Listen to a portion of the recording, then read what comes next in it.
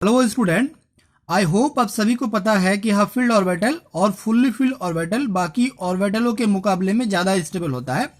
जैसे D5 और D4 में कंपेयर करेंगे तो D5 ज़्यादा स्टेबल है, D10 और D9 में कंपेयर करेंगे तो D10 ज़्यादा स्टेबल है।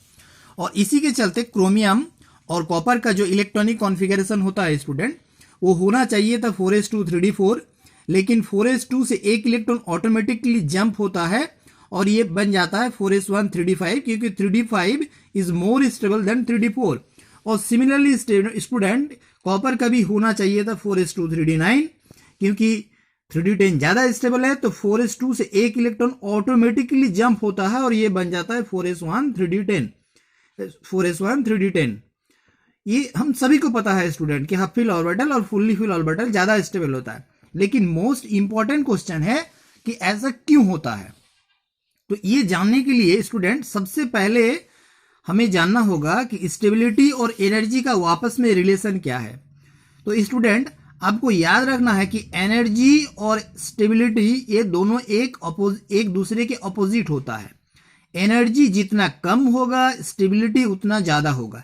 ये सबसे आगे आपको समझना है। ये अगर आप समझ गए तो मान लीजिए आंसर हो गया।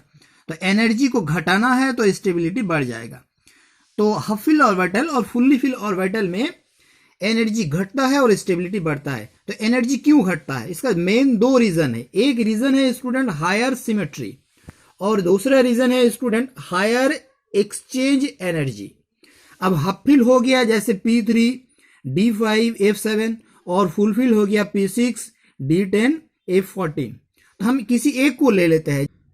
तो हम D5 को ले लेते हैं स्टूडेंट। तो जैसे ही ये D5 होगा तो हर ऑर्बिटल में एक एक इलेक्ट्रॉन होगा और हर इलेक्ट्रॉन का स्पिन सेम होगा।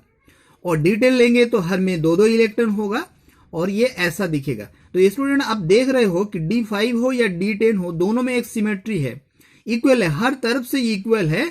और जब इलेक्ट्रॉन डिस्ट्रीब्यूट होता है थ्री डायमेंशनली तो वहां भी सिमेट्री जनरेट होता है।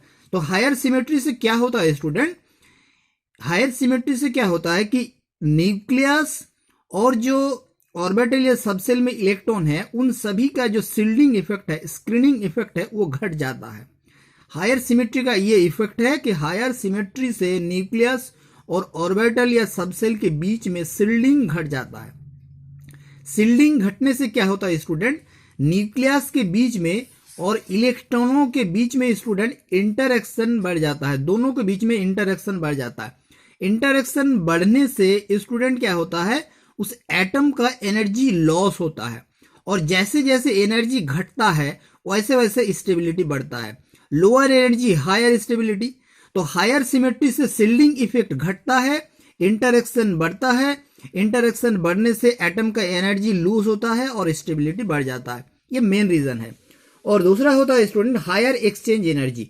हायर एक्सचेंज एनर्जी का मतलब क्या है स्टूडेंट, कि जब ये हाफ फील्ड है तो हर ऑर्बिटल में एक एक इलेक्ट्रॉन है, तो ये सब इलेक्ट्रॉन क्या करता है, वापस में पोजीशन बदलता रहता है। और इससे क्या होता है, इसके इलेक्ट्रॉनिक कॉन्फ़िगरेशन में कोई भी चेंज नहीं आता। ये इलेक्ट्रॉन यहाँ से यहाँ जंप हुआ तो ये इलेक्ट्रॉन यहाँ से यहाँ आ गया, ये इलेक्ट्रॉन यहाँ से यहाँ जंप हुआ तो ये इलेक्ट्रॉन यहाँ से यहाँ आ गया।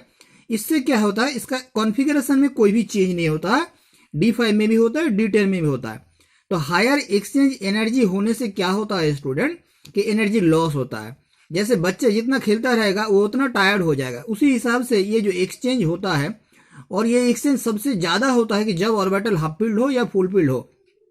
क्योंकि हाफ फील्ड में और फुल फील्ड में क्या होता है, एक्सचेंज होने से कॉन्फ़िगरेशन में कोई चेंज नहीं होता है। और हर ऑर्बिटल में एक सेम इलेक्ट्रॉन रहने से क्या होता है, ये एक्सचेंज, नंबर ऑफ एक्सचेंज बढ़ जाता है।